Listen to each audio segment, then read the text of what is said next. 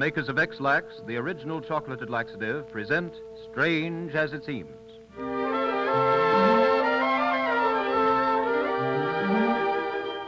Is your medicine chest stocked with different kinds of laxatives for the different members of your family? Does Dad feel he must have something strong and unpleasant? Does Mother take something else? And is there still another for the children? Well, they're taking up unnecessary space, and it's a waste of money. Because there's one laxative that is good for the whole family, children and grown-ups alike. Ex-Lax, the right laxative for every age. It's mild and gentle enough for the children, yet it's as effective as any laxative you can take. And here's something that's very important. Ex-Lax is a correctly timed laxative. It takes 6 to 8 hours to be effective. That's why it's kind to the system. So you see, all you need is one box in the medicine cabinet, ready for any member of the family. Get that box today at any drugstore.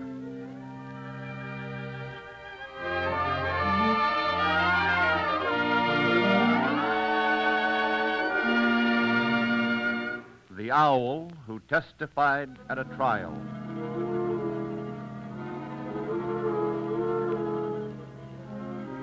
The well-known expression, "a little bird told me," proved too true in the case of the murder trial which took place in 1933 in Pocatello, Idaho.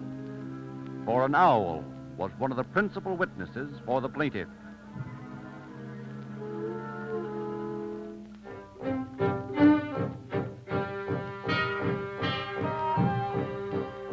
The trial of the people versus Doty Lewis is now in progress in the federal court of Pocatello. Doty Lewis, an educated, handsome Bannock Indian, is on trial for the murder of Mabel Sawyer, 13-year-old Indian girl. The girl's mother, a Shoshone Indian, is on the witness stand. J.H. Peterson, counsel for Lewis, is questioning the Indian woman.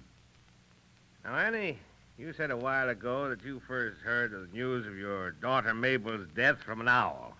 Yes. Well, what did the owl say? Owl say, Annie missing, dead. Annie missing, dead. I thought your daughter's name was Mabel. Owl say, Annie missing, dead. Her name Annie, too. Oh. Well, where was this owl? Owl over Doty Lewis' house when he say. Oh. Well, did he say anything about Doty Lewis? Owl say nothing about Doty Lewis. Well, then why do you think Doty Lewis murdered your daughter? I tell. Mabel leave home one day. Uh-huh. She go visit grandmother. Well, just why did she leave home? We fight about something. She get mad. Go grandmother, Pook Ranch. She went 8 miles to Peter Poog's ranch on foot? I don't know. Well, go on. That day, Doty Lewis come my house. He ask for Mabel. I say Mabel not here. Doty Lewis go away. And then what happened, Annie? Doty Lewis not come back. Mabel never come back. Well, why didn't you go over to her grandmother's and ask why Mabel didn't come back? I'm mad. I glad she gone. I got lot other children take care of. And so 2 weeks went by before you knew anything about what happened to your daughter, eh? Yes. Well, tell us what happened on the day you found out about Mabel.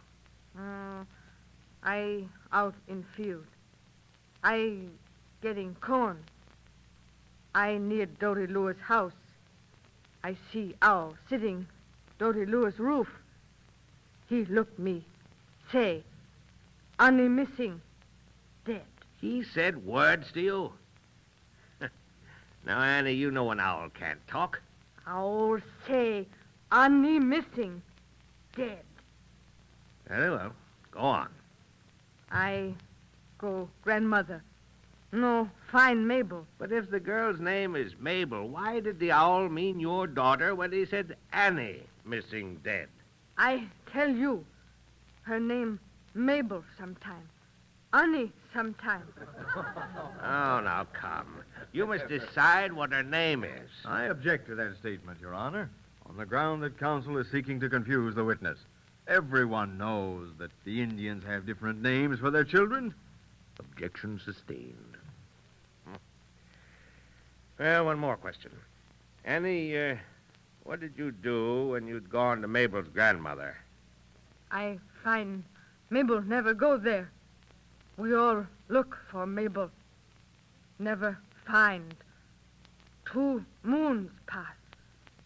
Don Ingup find an island, Port Neuf River. She's choked to death. Defense rests. If it please, Your Honor, I will present one witness for rebuttal. Very well. John Wolftooth, take the stand. Raise your right hand. You solemnly swear the testimony you're about to give to be the truth, the whole truth, and nothing but the truth, so help you God? Yes, What's your name? John Wolftooth. Sit down. John, will you tell the court what you know to be true about the Indian language? Indian language is like sounds they hear in forest or on plains. In old days, when tribes were fighting with each other, we used different calls. Will you explain that? When Indian want to warn others that enemy was hiding near them, we give call of swallow. That means meeting in our language. What does the call of the owl signify? Cry of owl always means death in all Indian language. Then it would be possible for an Indian to interpret the call of an owl to mean certain words in his language? Yes. Once when I was in field and meadowlarks start calling me names, I very surprised. Then you believe that the owl warned the mother of the death of her daughter, Mabel? Yes. Owl could easily say Annie, missing, dead, in Indian language. Any Indian would believe owl if it told him such a thing. Your Honor, I object to the use of sounds and superstitions as testimony in this trial. Such things have no place in a federal courtroom. Objection overruled.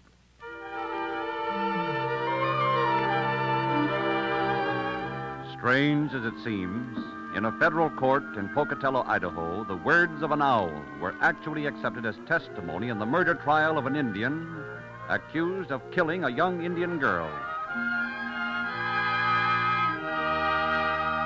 The cowardly hero.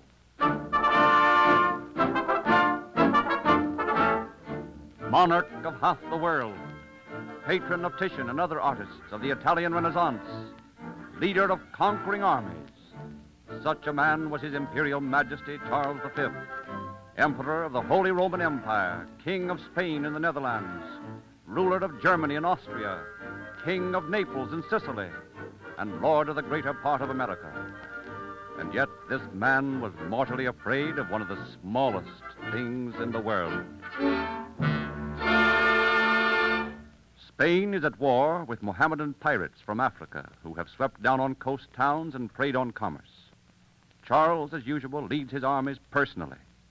Now he is at Malaga, where ravages of the pirates have been especially severe. Castile, my spies have just told me that the Muslims plan an attack tomorrow at dawn. They know I am leading the army. They wish to capture me and hold me for ransom.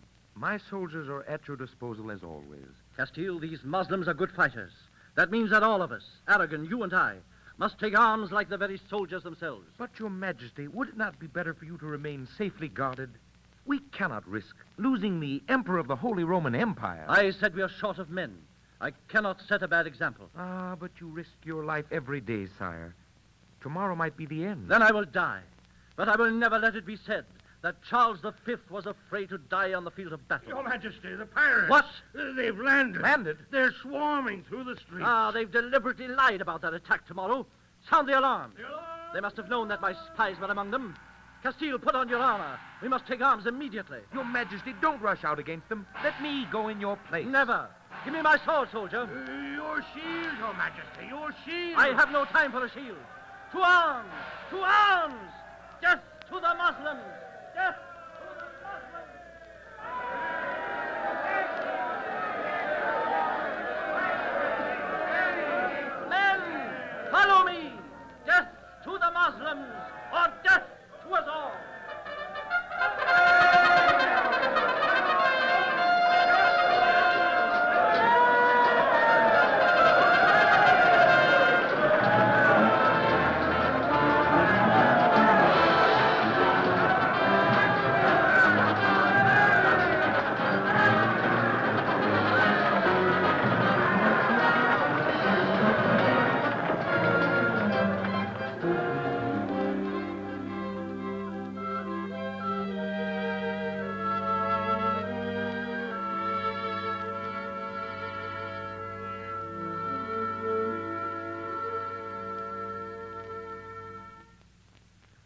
Well, Your Majesty, now that you have conquered your enemies, you can afford to sleep. But once they nearly caught me, Castile. Oh, Your Majesty. I was in the thick of it.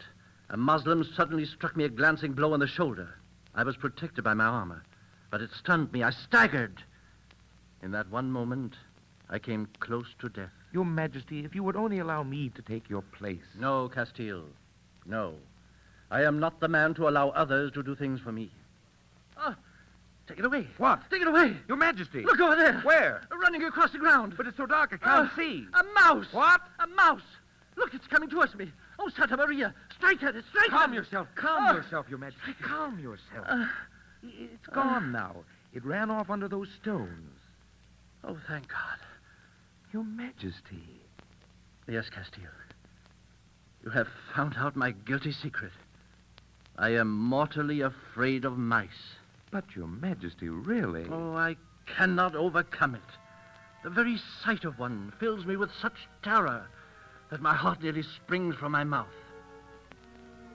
Can it be that deep down in my soul, after all, I'm a coward?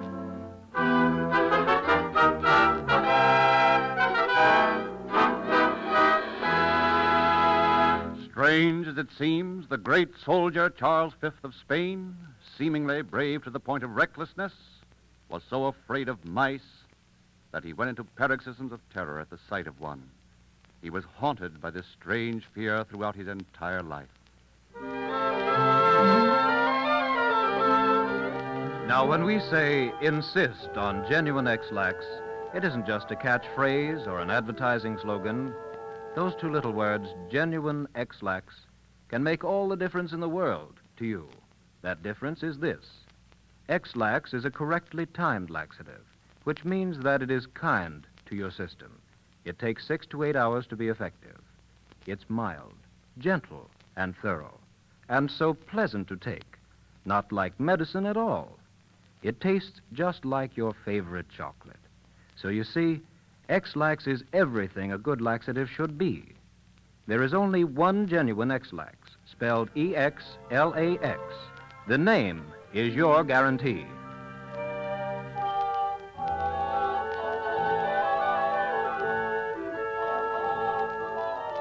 Al Capone might be surprised to hear that his counterpart lived way back in the 18th century. His name was... But listen to the next broadcast for this amazing story.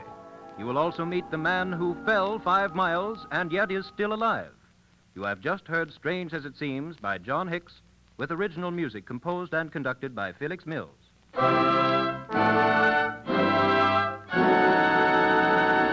All thoroughbred racehorses are descended from the same 3 stallions.